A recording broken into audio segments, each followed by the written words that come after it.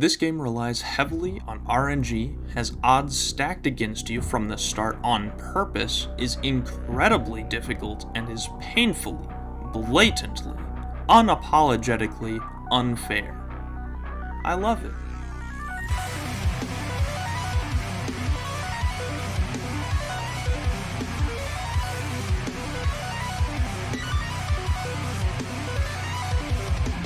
Welcome to The Last Spell, currently in Steam Early Access, originally uploaded in June of 2021. It's a turn-based area defense RPG where your goal is to defend the last survivors on Earth from oncoming hordes of the undead. But, how did we get here?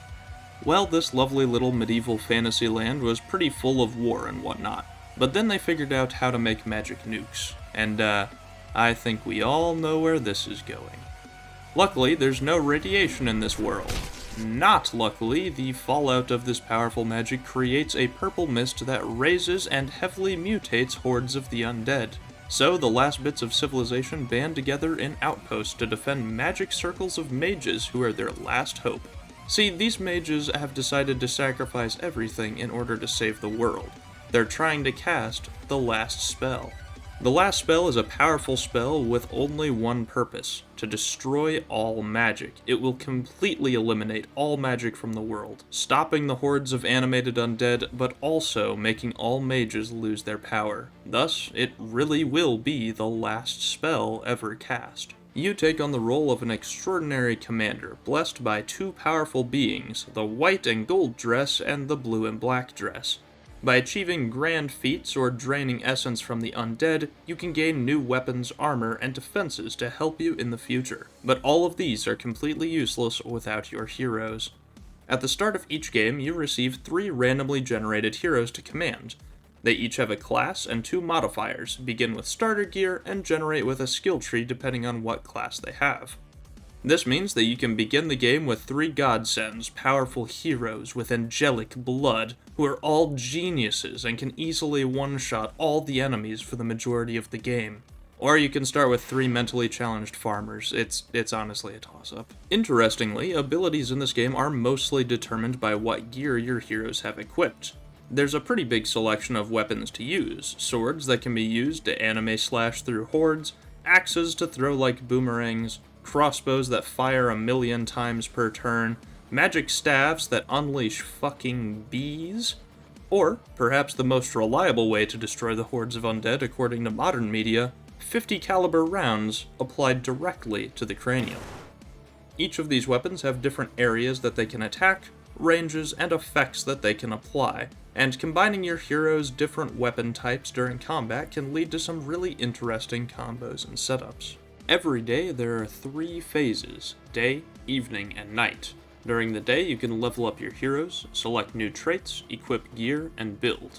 You begin the game with 2 builders, who can clear rubble or activate buildings, which gives them a special effect, like healing your heroes or gaining some extra gold. You can build new buildings or upgrade existing ones with gold, and doing so doesn't require the use of your builders. We create civilization through the sheer power of capitalism.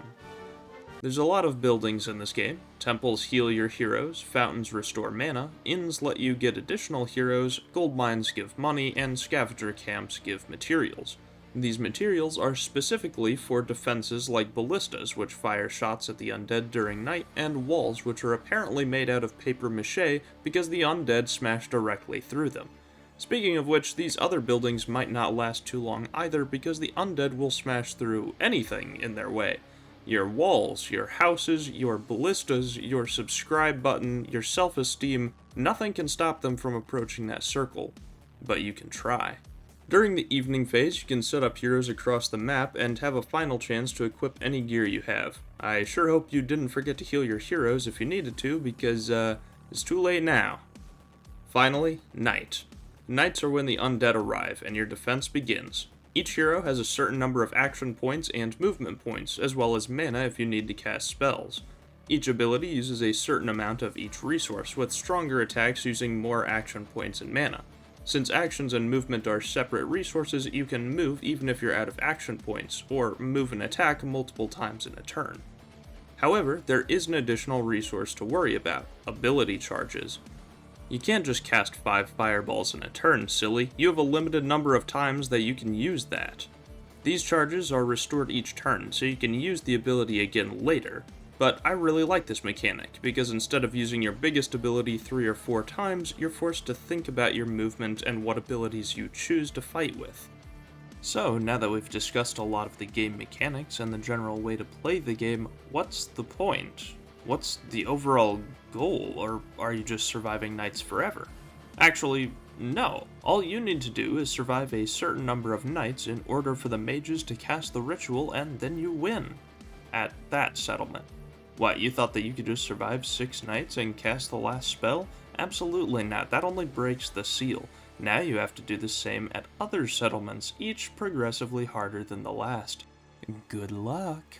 Now, if you happen to be looking at the Steam reviews for this game, you'll notice quite the divide. Some people love it, and others call it a grindfest, and both sides are correct.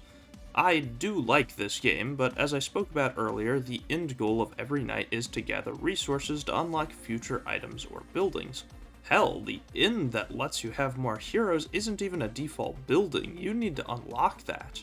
I completely understand where people are coming from when they say that it's too grindy, but to me, this feels like the perfect game to play if you enjoy it.